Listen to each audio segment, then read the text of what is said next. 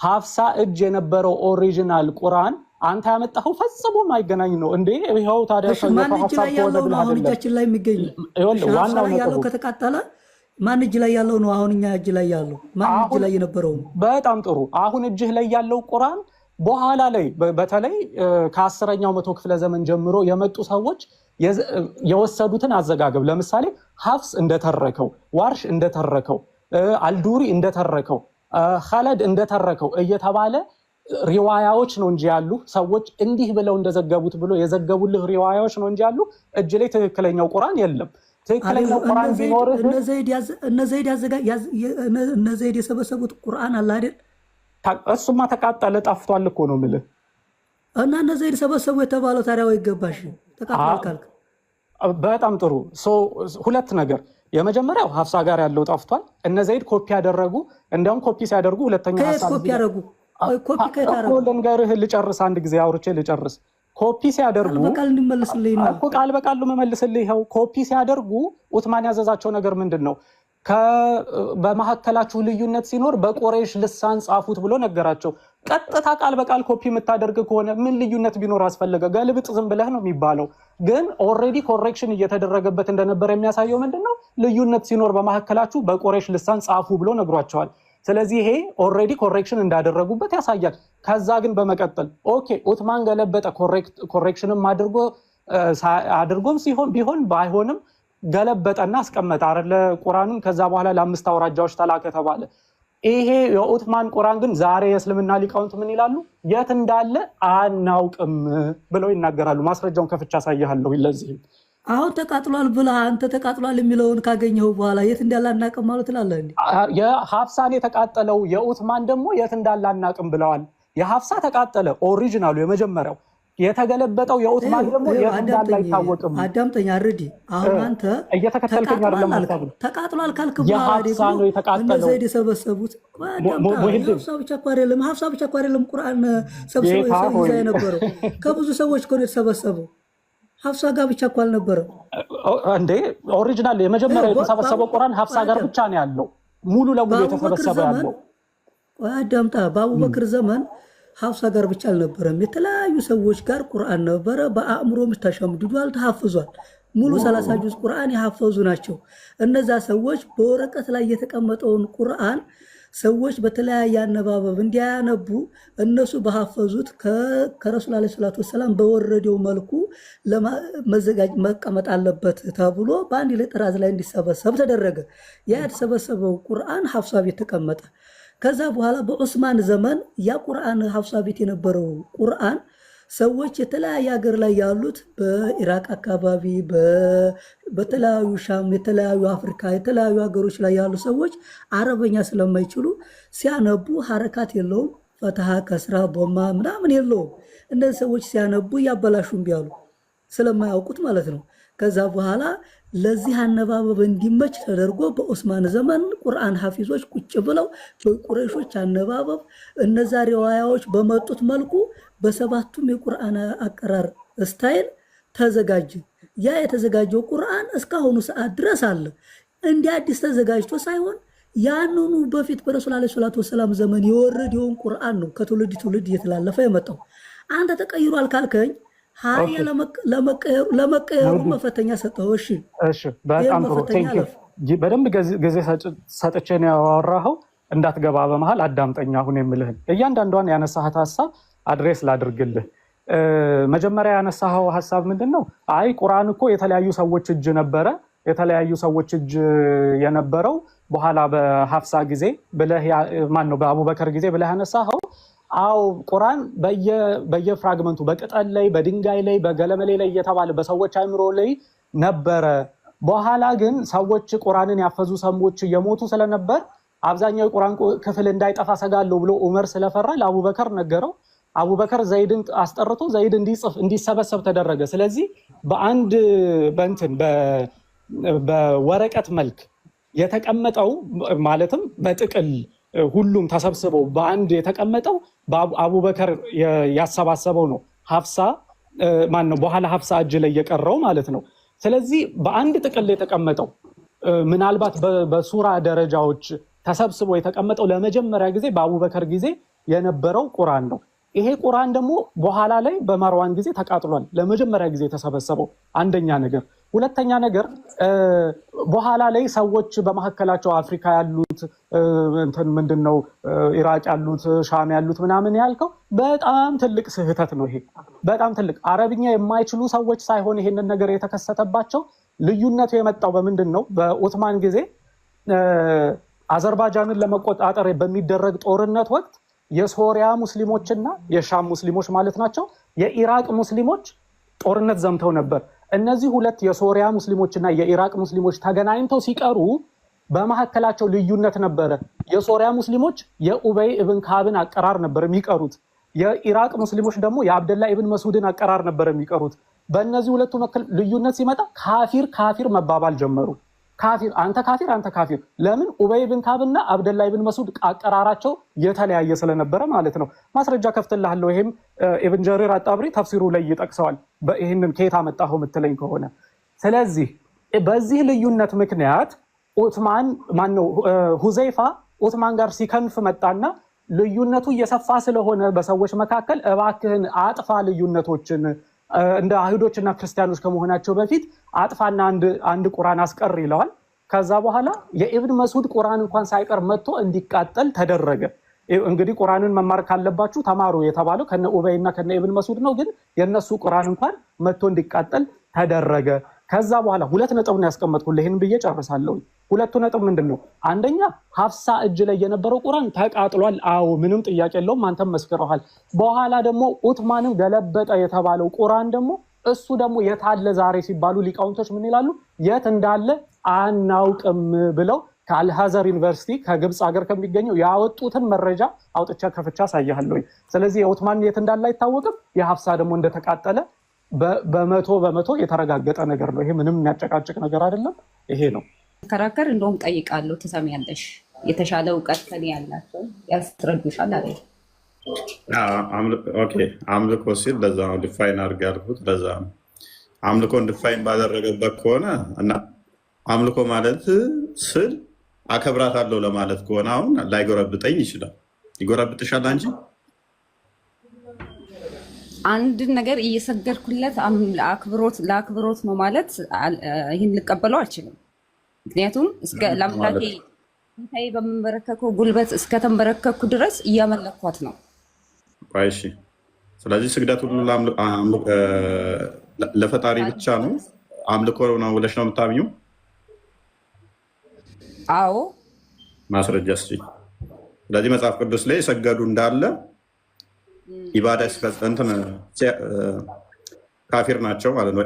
ሶሪ ሙስሊም እየመሰልሽኝ እንትን እያልኩ መጽሐፍ ቅዱስ ላይ ማዕት ቦታ ላይ ተሰግዷልና ስለዚህ ያንቺን ያህል እውቀት የላቸውም ማለት ነው።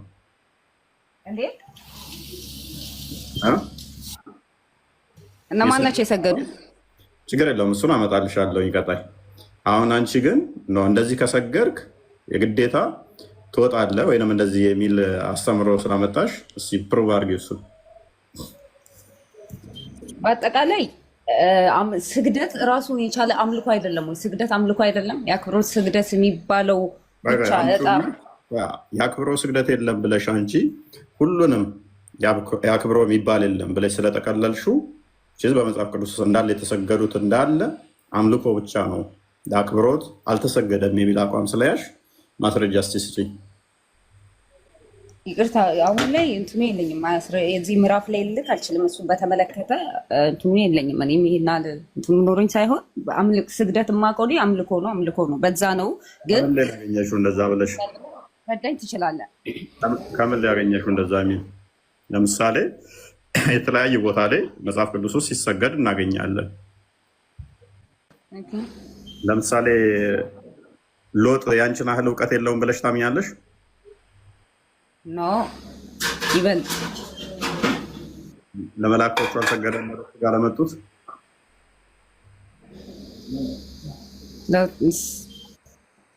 ሰግዷል። እያመለካቸው ነበር ማለት ነው። አይ ለአክብሮት እኮ የለም ብለሻል እኮ አንቺ ቅድም።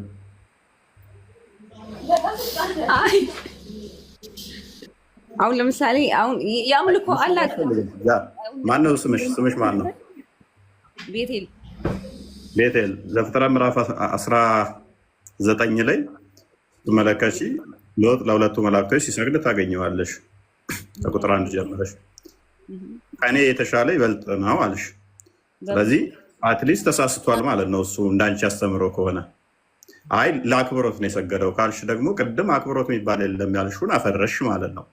ዳዊት ለምሳሌ በአንደኛ ዜና ላይ ምዕራፍ 21 ላይ ከቁጥር 5 ወይም 6 አካባቢ ጀምሮ ሰግዷል። እንደዚህ በተመሳሳይ አይደለም በደንብ አላውቀውም። ሰግዷል እንደዚህ። አሁን ዳዊት እንግዲህ እግዚአብሔር እንደ ልቤ ያለው ነው። ዳዊት እንደ ልቤ ያለው እግዚአብሔር ያንቺን አለው ቀሰኝ ወቅቶ ነው መዝሙረ ዳዊትን የጻፈ እንትን ያለ ያንን የመሰለ መዝሙር የተቀኘ። ስለዚህ አሁን እንስማማ እኔና አንቺ። ስለዚህ ምንድነው የሚያስማማን? አይ ያክብሮ እንዳለ ሁሉ ያምልኮ አለ። ለአምልኮ ስንል ለፈጣሪ ብቻ የምንሰጠው ክብር ማለት ነው። አንተን የፈጠርከኝ፣ አንተ ትገድላለህ፣ አንተ ታድናለህ፣ አንተ ሰርተኸኛል፣ አንተ የሁሉ ገዢ አምላክ ጌታ ነህ ስንል የምንሰጠው እሱ የአምልኮ ስግደት ብለን እናምናለን። ጸጋ ግን ሲሆን ጸጋ ስጦታ ነው። ስግደት እኮ በተለያየ መልኩ ኤክስፕረስ ሊደረግ ይችላል። ከቦታሽን መነሳት እኮ አክብሮት ነው አይደል? ጎንበስ ማለትም እንደዛው። ከእያንዳንዱ ሰላምታችን ራሱ የተለያዩ ሀገራት ላይ ይለያያል። ምላስ በማውጣት ሰላምን የሚሉ ሰዎች እንዳሉ ታውቂያለሽ እያሉ ምላስ አለ። እንደዚህ አይነት ሰላምታ አለ። እኛ ጋር ብታመጪ ያሁን ስድብ ሊሆን ይችላል። ሞሮፍ ግን አሁን እንደዚህ ትልቅ ሰው ሲመጣ ጎንበስ ብለሽ ወደዚህ ሁኑ ማለት ስግደት በራሱ ምንድነው? ጎንበስ ማለት ከወገብ በርከክ ማለት ወይም መሬት አፈር መንካት በግንባር እንደዛ እነኝን የሚያካትት ነው ስግደት የሚለው ማለት ነው። ስለዚህ አክብሮት ስግደት ይገባል ወይ? አዎ፣ ይሄ መታበይ ጉዳይን እንዳያመጣም መጠንቀቅ ይኖርብሻል ማለት ነው። ለቅዱሳን ክብር መስጠት ጤናማ ነው። ኤክሳጁሬትድ የተጋነነ አምልኮት ውስጥ እንዳይገባ ግን ቀደም ለዛ ዲፋይን አድርገው አምልኮትን አመልካለሁ ሲል ምን ብለህ ነው የምታመልከው ብዬ የእሱን ኢንቴንሽን ለመረዳት የሞከርኩ ለዛ ነው። አይ እሷ ማትደገም ከእሷ የትኛዋም ሴት ልታገኘው አልቻለችው ጸጋ ተሰጥቷታል አይደለም። የትኛዋም ሴት ብትመጣም ያለፈችም ወደፊትም ማርያምም ይተካል አይመጣም። ምክንያቱም እኛ ሁላችን ክርስቶስ የከፈለልን ዋጋ እናውቃለን፣ አምላካችን እንደሆነ እንረዳለን። እሷ አምላኳን ልጄም ትለዋለች። ልጄ ብቻ ሳይሆን ደግሞ ያንን ማይወሰነውን ተወስኖ በማህፀኗ ዘዋለች። አትሊስት አጥብተዋለች፣ ተሰዳለች፣ አዝለዋለች።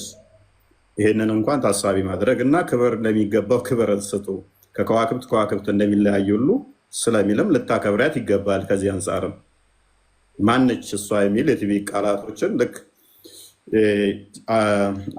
ዘንዶ የስድብ አፍ ተሰጠው እንደሚለው መጠንቀቅ አለብን እንጂ አምልኮት አይደለም ማለት ነው። አሁን ቅድምም እየተናገርን ያለ ነው ምንድን ነው አክብሮት ኦኬ፣ አምልኮ እሱ የራሴ እንትን እንዳለ ሆኖ መረዳት አለ አይደል? ግን አሁን እሱ እየሰማ ነው። አምልኮት አይገባትም ነው የአክብሮት አምልኮት የሚለውን ዲፋይን ቃላት ብዙ ጊዜ ምን ችግር ያመጣል መሰለሽ? ቃላቶች አንዳንዴ ቃላት ይገላሉ። በስራ ካልተረዳናቸው ምን እየተባለ ነው? አምልኮ ሲባልስ ምንድን ነው የሚለው መረዳት ስለሚያስፈልግ ነው። አምልኮት ውስጥ እኮ እነኝንም ሊያካትት ይችላል፣ ስግደትንም ሊያካትት ይችላል፣ አክብሮትንም ሊያካትት ስለሚችል ማለት ነው። አመለከ ሲባል ምን እያለ ነው? ተገዛለት እያለም ሊሆን ስለሚችል ማለት ነው። ለቅዱሳኖቹ መገዛት አለብን፣ ትእዛዛታቸው ማክበር አለብን አይደለ? ያ መገዛት ስንል ግን ምን አይነት መገዛት? ለፈጣሪ እንገዛለን አይደለ? ፈጣሪ በባህሪው ገዢ ነው። ዘፍጥረት ምዕራፍ 1 ላይ ስትመለከች ቁጥር 27 ላይ እግዚአብሔር ሰውን በአምሳሉ ፈጠረው ሲል ያንን እንዴት ነው በአምሳሉ የፈጠረው ሲል ቁጥር 28 ላይ የገዢነት ስልጣን ነው የሚሰጠን አይደለ? ገዢ ሆንን አይደለ? አይደለ? ያ ማለት ገዢ ነን እኛ ሆን ማለት ፈጣሪ ገዢ አይደለም ማለት ነው። የገዢዎች ገዢ እንጂ የገዢዎች ገዢ ነው። የአማልክት አምላክ የጌቶች ጌታ የሆነው እሱ ገዢ ነው። የሁላችን ገዢ ነው ማለት ያ ማለት እኛ ፍጡራኖችን ሌሎቹን ከኛ በታች ያለውን ስለገዛን እኛ ፈጠርናቸው ማለት ነው አይደለም። ኦኬ። ስለዚህ አንቺ ለበላይ አለቆች ተገዙ ይላል ሐዋርያው ቅዱስ ጳውሎስ በሮሜ መልእክቱ። ለእነሱ ተገዢ ስትባይ ቃሉ ተመሳስሏልና ቃላት አንዳንዴ ስህተት ስለሚያመጡ ነው። ታመልኪያቸዋለች ማለት አይደለም። አምልኮም በምን ተረጂውና ፈጠርከኝ አንተ እንደዚህ ያስገኘኸኝ ከሚለው ከተረዳሹ በፍጹም ለየትኛውም አንሰጥም። የለም ፈጣሪያችን አንድ እግዚአብሔር ብቻ ነው። እሱ ነው የፈጠረን። ለእሱ ብቻ ነው ሞታችንም ህይወታችንም የምንገዛው የምናመልከውም እሱም ብቻ ነው። ለሌሎቹ ግን ክብር እንደሚገባቸው መጠን ግን እናከብራቸዋለን። የኦርቶዶክስ አስተምህሮ ነው። እንገዛላቸዋለን ስንል ክብር እንደሚገባቸው መጠን እንገዛላቸዋለን። ከፈጣሪ ጋር በምንም ተአምር ንጽጽር ውስጥ አትክተች ፍጡራንን። ለፍጡራኖች መገዛት እንገዛለን ስንል ሐዋርያው ቅዱስ ጳውሎስ አይደለም ለቅዱሳኖቹ በምድር ላሉት ባለስልጣናት እንኳን ተገዙ አለን። ለፈጣሪ ተገዙ ብሎን እንደገና ደግሞ ለፍጡራን ተገዙ ሲለን ምን እያለን ነው? ጳውሎስ ፈጣሪ ጋር እያወዳደረንም ተገዙ የሚለው ቃሉ ተመሳሳይ ስለሆነ ነው አይደለም።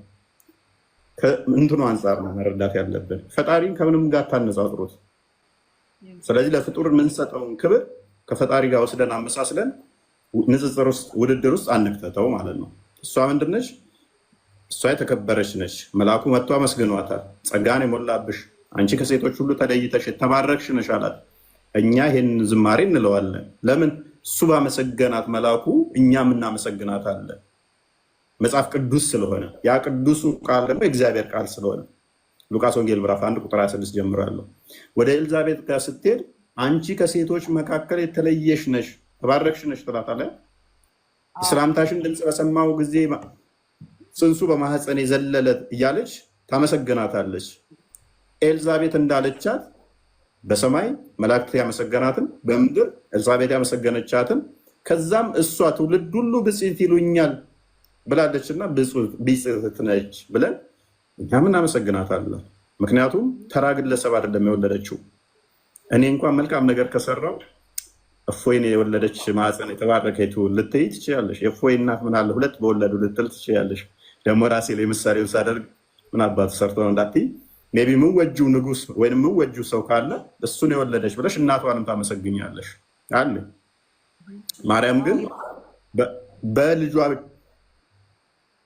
ልጇ ከእሷ የተገኘ እንደመሆኑ ያ ልጇም ደግሞ ማን ነው? ተራ ንጉስ አይደለም የወለደችው፣ የሀገር መሪ አይደለም የወለደችው። የነገስታት ንጉስ የሆነው እርሱን ነው የወለደችው። የኔና አንቺ በኃጢአት በተጨማለቅንበት ሰዓት ላይ በጠፋንበት ላይ እርሱ ሊፈልገን መጥቶ በስጋ የተገለጠው ከእሷ ነው።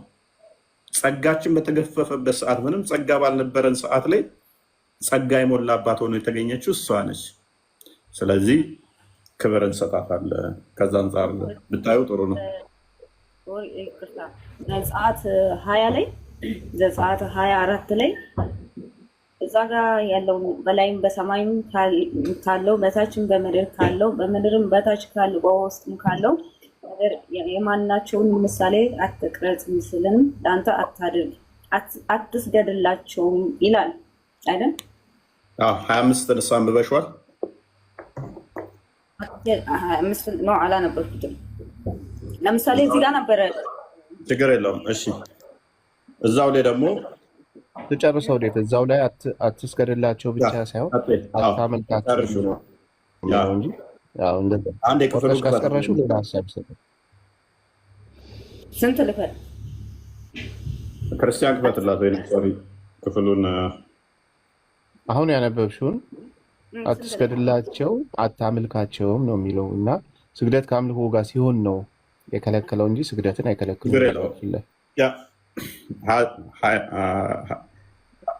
እሺ ምንድን ነው የሚለው? ሎክ እንደዚህ ይላል፣ ከኔ በቀር ልብ በይ፣ ከኔ በቀር ሌሎች አማልክት አይሁኑልህ ነው ያለው።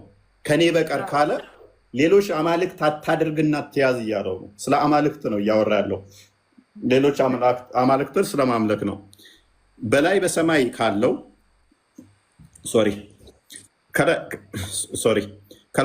በላይ በሰማይ ካለው በታችም በምድር ካለው ከምድር በታችም በውሃ ካለው ነገር የማናቸውን ምሳሌ የተቀረጸውን ምስል ለአንተ አታድርግ አለ። ኦኬ ምስል አንቺ አድርገሻል አላደረግሽም? እህታችን ፕሮፋይልሽ ላይ ምስል ይሄ ማን ነው ምስል? ለምን ምስል ያደረግሽው? የማንንም ምስል አታደርግ ብሏል። ለምን ምስል አደረግሽ?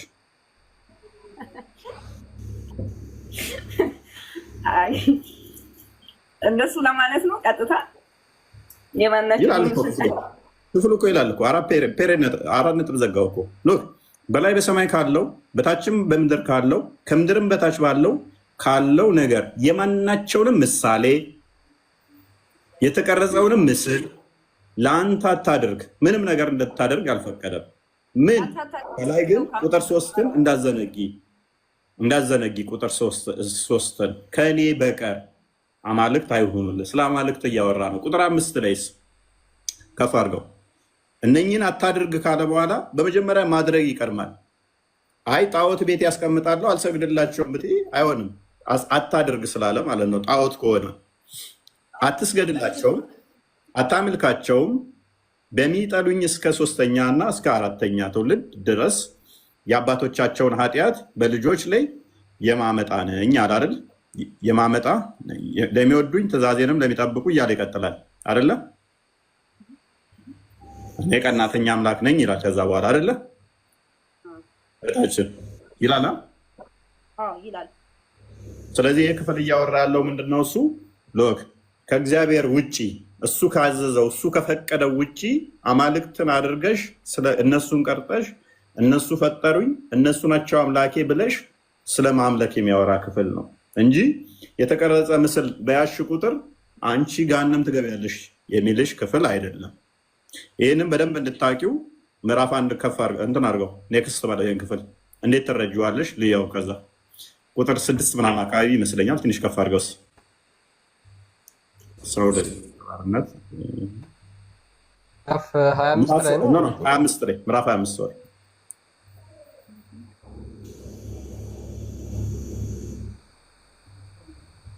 እሺ ኦኬ እዚሁ ጋር ጀምራ አንብበው። በቃ ስለ ታቦት ነው እህታችን። ከግራር እንጨትም ታቦትን ይስሩ ርዝመቱ 2 ክንድ ምናምን እያለ ይቀጥላል። ስለ ኪሩቤል የሚያወራው ክፍል እንትን በለው 4 ቀለበቶች ይኖሩት ምናምን ካለ በኋላ መለገሚያው ምናምን በእንጨት ይሁን በታቦቱ መሸከሚያ በታቦቱ ጉያ በ2 ቀለበቶች መለገሚያውን። እሺ ከፍ አድርገው። ኦኬ ከቁጥር 18 ጀምሮ ሶሪ ቁጥሩን በስራ ስላልተናገርኩ ሉክ በደንብ እዚህ ጋር 2 ኪሩቤል የተቀጠቀጠ ወርቅ ስራ በስሬቱ መክደኛ ላይ 2 ወገን ታደርጋቸዋለህ አለ። ቅድም ምን ብሎሻል መሰለሽ? የማናቸውንም እንዳሰራ ብሎ ነበራል ከኔ በቀር እህታችን። እዚህ ጋር ደግሞ የተቀጠቀጠ ኪሩቤል ስዕል ስራ እያለው ነው አይደለ? ኪሩቤል ማለት መልአክ ማለት ነው ታውቂያለሽ?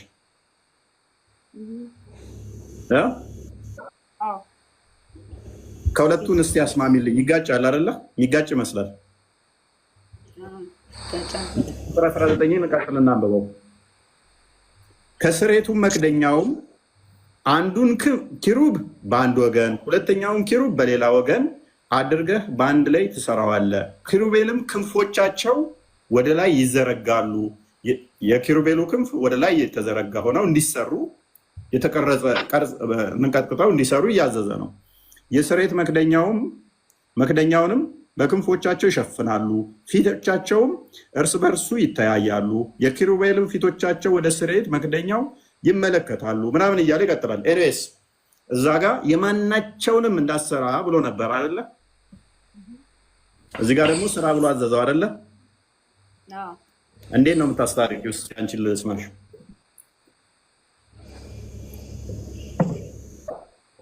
ይሄ ለታቦቱ መክደኛ ነው የታዘዘው።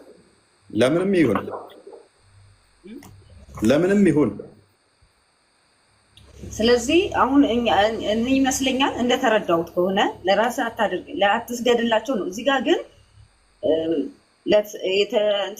ስራ ያለው ለታቦቱ መክደኛ ነው። እዛ ጋር ደግሞ ታቦቱ ለሰው ነው ለሰው አይደለም? ለሰው ነው። ግን በቃ ኦልሬዲ ታቦቱ ለሰው ከሆነ ስለዚህ ተፈቅዷል ማለት ነው። አትሊስት መስራት እንደሚቻል ተፈቅዷል ማለት ነው። ግን ምንድነው እሱ ያልተፈቀደው? እግዚአብሔር ካዘዘው ውጪ ወይንም ደግሞ ከእግዚአብሔር አምልኮ ውጪ የሚያስወጡ ጣዖታትን እንዳሰሪ ነው የከለከለው። የማናቸውንም አትስራ ብሎ ከከለከለ በኋላ መልሰ ስራ የስራይቱ መክደኛ ላይ ታቦቱ ኪሩቤሎችን እንዴት መስራት እንዳለበት መልሶ አዘዘው ማለት ነው። የፈቀደበት ምክንያት ምንድነው? እሱ እነኚህ ኪሩቤሎች ራሱ መላእክቶች የፈጣሪ ባሪያ፣ አገልጋይ፣ ታዛዥ ስለሆኑ ነው።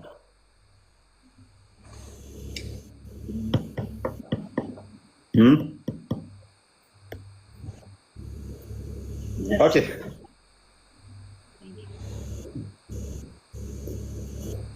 ሌላ ላይ ይብቃ። ግልጽ ይመስለኛል።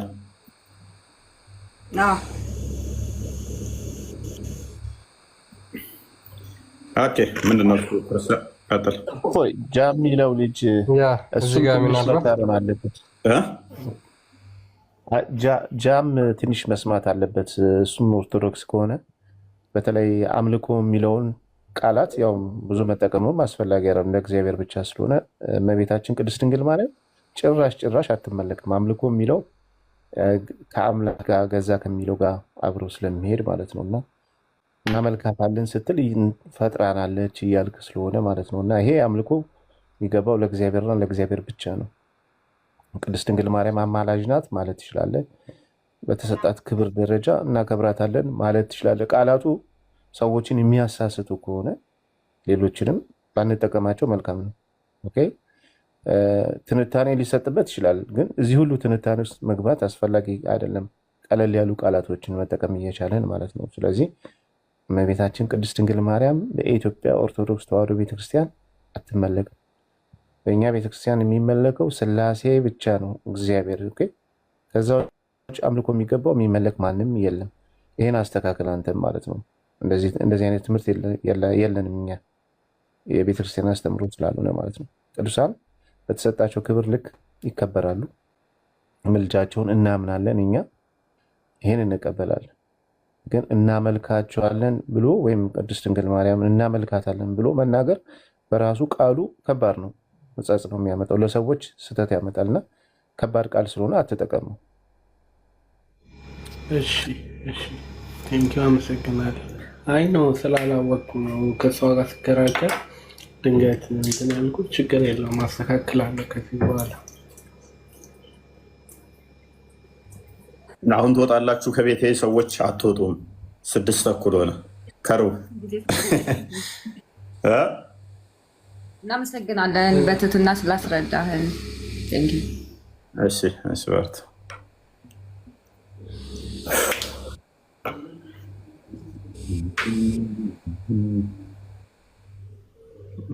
አይወጡም እነዚህ ሰዎች። እንዴ ቆይ ዝም ብሎ ይቀመጣሉ እንዴ? ያ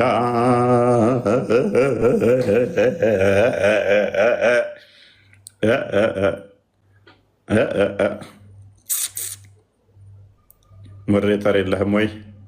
የለህም እንደዚህ ቤት? አረ ሞዴሬተሮች በጣም ብዙ አሉ። እንቅልፍ ወስዷቸው ይሆናል። ቆይስ ሞዴሬተሮች በጣም ብዙ